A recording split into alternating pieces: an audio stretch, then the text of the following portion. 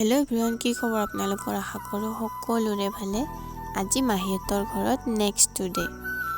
এয়া মই ৰাতিপুৱা বনাই আছোঁ পুৰি, বাবুয়ে ভাজি আছে, মই ইফালে বেলি আছোঁ। তাক গাখীৰ আনিবলৈ কৈ দোকানৰ পৰা এইপিনে মই বনাই আছোঁ। তাৰপিছতে সি গাখীৰ আনি পালেহি, তাৰপিছত আকৌ তাক বনাব ক'লোঁ। এইপিনে ধুনীয়াকৈ বনাই আছে সি। এইপিনে মই চাহখিনিও বহাই দিছোঁ। চাহখিনি খাই হোৱাৰ পিছতে মাহীয়ে ভাতকেইটাও বনালে। তাৰপিছতে আমি সকলোৱে ভাত পানী খাই ল'লোঁ। তাৰপিছত মাহীয়ে ক'লে, তহঁতে অহাতে মই ধানকেইটাকে শুকুৱাই লওঁ। সেই বুলি ভঁৰালৰ পৰা আমি ধান উলিয়ালোঁ। এতিয়া ৰ'দত দিব লাগে আৰু শুকুৱাব লাগে। মাহীয়েও টাইম নাপায়, সদায় স্কুলত যাব লাগে। অকল শনিবাৰ ৰবিবাৰ দিনটোহে ৰেষ্ট পায়। মাহী মানে LP স্কুলৰ ৰান্ধনি কাম কৰে, সেইবাবে সিও ঘৰত থাকিব টাইম নাপায়। আমি সেইবাবে দিন বাৰ চায়ে গৈছোঁ, সিও ঘৰত থাকিব আৰু আমিও তাৰ লগত থাকিম। সেইবাবে শুকুৰবাৰে গধূলি টাইমত গৈছোঁ 4:30 মানত, আৰু শনিবাৰ আৰু ৰবিবাৰ দিনটো থাকিম বুলি আহিছোঁ, মাহীও যাতে ভাল পায়। মই কিন্তু বস্তা দাঙা নাই, আৰু এইপিনে মই পূৰা পাগুৰি মাৰি লৈছোঁ যাতে চুলিত ধূলা নোসোমায়। চুলিত ধূলা নোসোমালে কি হ'ব, নাকে মুখে যে সোমাইছে, আজি চৰ্দিয়ে লাগিব যেন পাইছোঁ।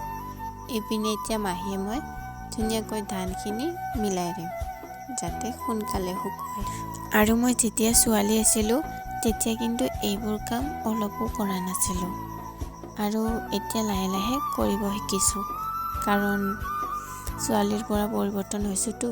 তাৰপিছতে আমি ভাবিলোঁ আজি ৰ'দটো ধুনীয়াকৈ দিছে, বতৰটোও ভাল, আম খোৱাৰ বতৰ, সেই বুলি বাবুক আম পাৰিব ক'লোঁ।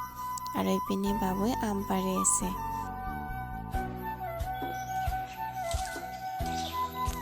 কলপাত আনিছা? আৰু এইপিনে পূৰা আম পাৰা হৈ গ'ল। একেবাৰে ৰুকনি চুকনি আনি লৈছেহি, বোলে তই চেলাব লাগিব। হ'ব, মই চেলাই দিম।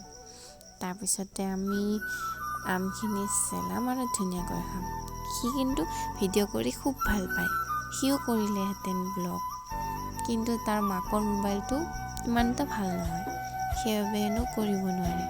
আৰু এইপিনে মাহীয়ে কৈছে মোক নুঠাবি, মই তথাপিও উঠাইছোঁ।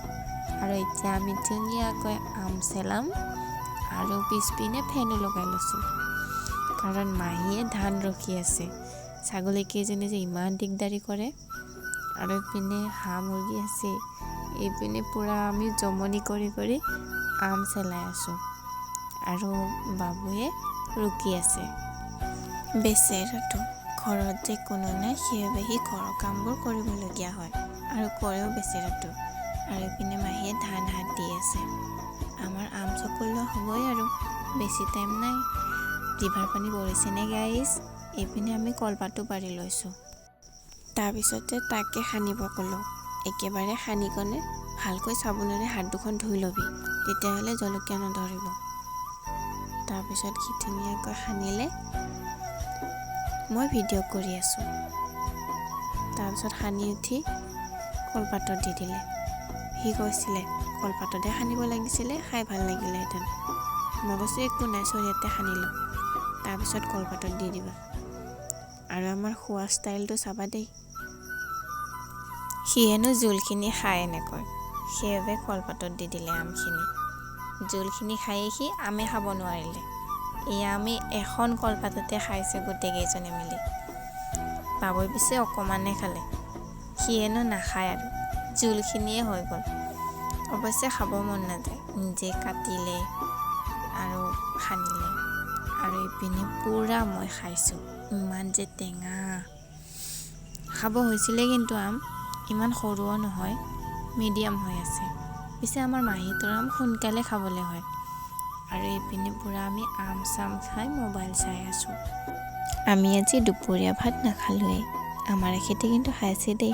ৰাতিপুৱাৰে দালি আঞ্জা আছিলে আৰু তিতাকেৰেলা ভাজি আছিলে। আৰু এতিয়া মই মাহীৰে কাপোৰ এযোৰ পিন্ধি ৰীল বনাম বুলি আহিছোঁ। ইমান ধুনীয়া ঠাই আছে যিহেতুকে ৰীল নবনোৱাকৈ কেনেকৈ থাকিম বাৰু? গতিকে আজিৰ ব্লগটো ইমানতে সামৰিছোঁ। লগ পাম নেক্সট ব্লগত। Bye bye.